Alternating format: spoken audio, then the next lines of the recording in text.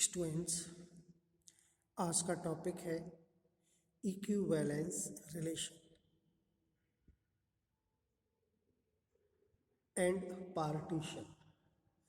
देखिए, इसमें हम रिलेशन क्या होता है इसकी डेफिनेशन समझेंगे विद एग्जांपल। डेफिनेशन है, let A and B be two sets, a relation from A to B is subset of A cross V. Symbolically, R is relation from A to B if R subset A cross V. देखिए, definition में कहा गया है कि ए और B दो set हैं यदि A and B are two sets, then a relation from A to B. एक रिलेशन क्या होता है? Is subset of A cross B. तो पॉइंट ये हुआ कि रिलेशन क्या है? किसी सेट ए पर रिलेशन एक सबसेट होता है ए क्रॉस बी का। ए क्रॉस बी आप जानते हैं, ए एंड बी दो सेट की कार्टेशियन प्रोडक्ट होती है, जैसा कि सेट थ्योरी में क्लियर किया गया होगा, वहाँ आप देख सकते हैं। सिंबॉलिकली इसको हम लिख सकते हैं कि R is relation from A to B if, यदि आर क्या हो? सबसेट हो ए क्रॉस बी का, तब हम आर को क्या कहते हैं? रिलेशन कहते हैं। देखिए एग्जाम्पल, इफ ए एक सेट 2 3 5 6 एंड आर जो है, आर मीन्स डिवाइड्स। रिलेशन क्या है? डिवाइड्स। तो ऐसे नंबर रिलेशन में होंगे जिनका उस नंबर से रिलेशन होगा जिससे वो डिवाइड होता है। जैसे देखिए, ये लिखा गया है 2R2, मतलब 2 डिवाइड 2। क्या लिखा है? रिलेशन क्या है? डिवाइड्स। तो 2 डिवाइड होता है 2 से, 2 divide 6, 3 divide 3, 3 divide 6, 5 divide 5, 6 divide 5, 6। तो आप देख रहे हैं कि जो रिलेशन है वो डिवाइड्स। तो 2 से 2 कैंसिल हो जाएगा, 2 से 6 भी, 3 से 3, 3 से 6, 5 से 5, 6 से। तो इस सेट पर जो रिलेशन सेट बना, relation set R is equal to कैसे लिखते हैं? 2R2 मीन्स 2,2, 2R6 यानी 2,6, 3R3 3,3, 3,6, 5,5, 6,6। ये एक रिलेशन सेट है जिसके एलिमेंट्स ऑर्डर्ड पेयर या डबलेट जिन्हें हम कहते हैं। ये क्या है? Ordered pairs. तो रिलेशन क्या होता है, क्या इसका एग्जाम्पल, इसको हमने यहाँ समझा। आगे देखते हैं domain and range of relation, कि किसी रिलेशन का डोमेन क्या होता है, रेंज क्या होता है। देखो डेफिनेशन समझते हैं। Let R be the relation from A to B.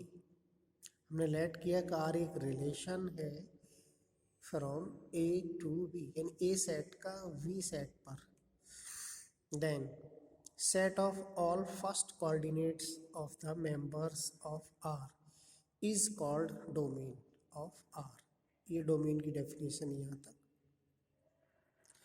क्या? कि set of all first coordinate of the member of R, यानी आप देख रहे हैं आर जो एक रिलेशन है, इसमें जो मेंबर हम कह रहे हैं वो एलिमेंट्स के लिए कह रहे हैं। तो आर का एलिमेंट, एक एलिमेंट है 2,2, 2,6, 3,3, ये। तो इन मेंबर्स का फर्स्ट कोऑर्डिनेट कौन सा है? 2, यहाँ 2, 3, 3, 5, 5, 6। क्या लिखा है, then the set of all first coordinate. तो फर्स्ट कोऑर्डिनेट से बना हुआ जो सेट होगा वो सेट डोमेन होगा रिलेशन का। ठीक ऐसे ही set of all second coordinates of member of R is called range of R. यहीं से समझ सकते हैं हम कि रिलेशन है, इसका सेकंड कोऑर्डिनेट से बना हुआ सेट क्या होगा, रेंज होगा। जैसे कि 2 6 3 5। सिंबॉलिकली कैसे लिखेंगे, domain R is equal to, यानी आर का डोमेन फर्स्ट कोऑर्डिनेट देखिए एक्स कमा वाई किसका एलिमेंट, आर का, लिखा है X comma Y belongs to R. It means X comma Y member of R, तो इसका फर्स्ट कोऑर्डिनेट एक्स, ये डोमेन होगा और रेंज क्या होगा, सेकंड कोऑर्डिनेट। ठीक है, एक एग्जांपल, आर एक डोमेन सेट लिखा है, कोई भी लिख सकते हैं, 1 2 1 3 1 4 1 5 2 3 2 4 2 5 3 4 3 5 4 5। इसमें डोमेन क्या होगा, इस रिलेशन का आर का डोमेन क्या होगा, फर्स्ट कोऑर्डिनेट लिख दीजिए 1 2 3 4। देखिए यहाँ लिखा गया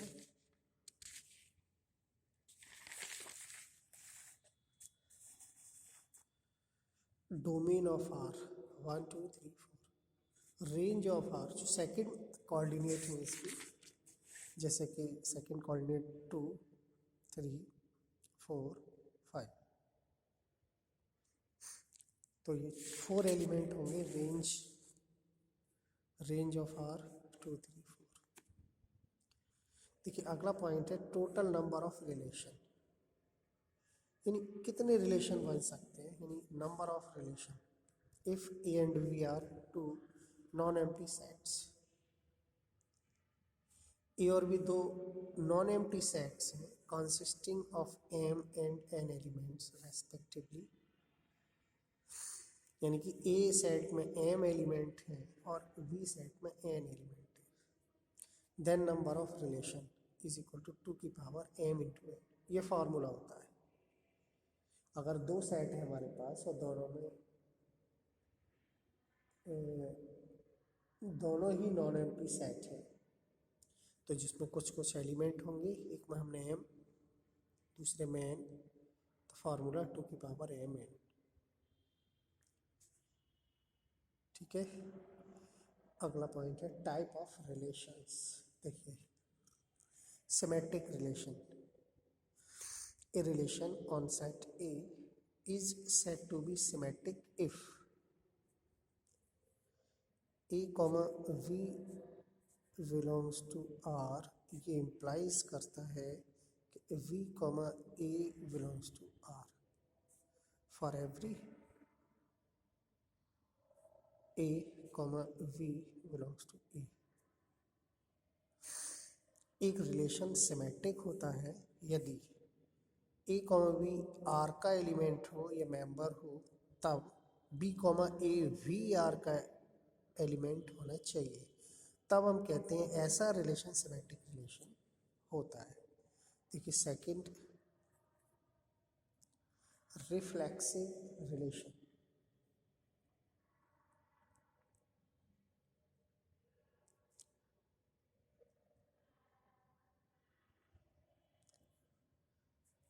reflexive relation, a relation R is said to be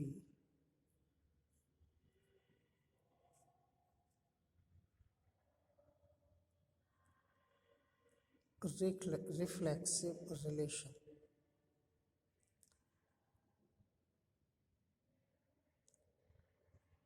if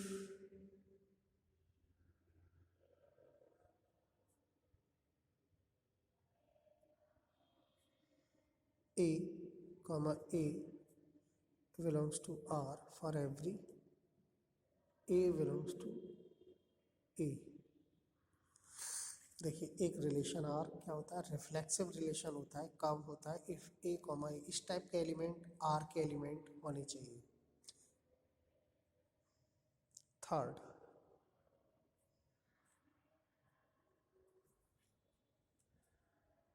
third है transitive relation.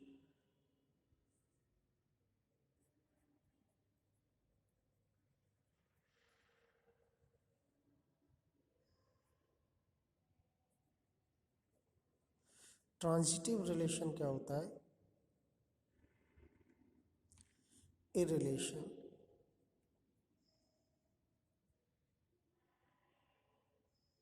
R on A is said to be transitive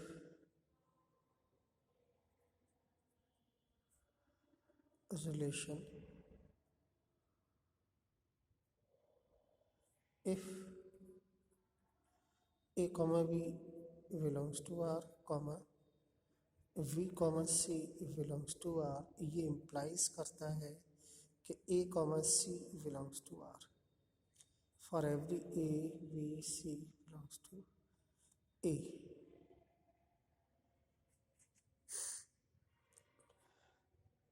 अगला है इक्विवेलेंस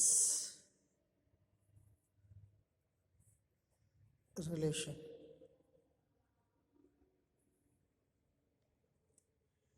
इक्विवेलेंस रिलेशन क्या होता है, इफ ऐसे लिखते हैं, ए रिलेशन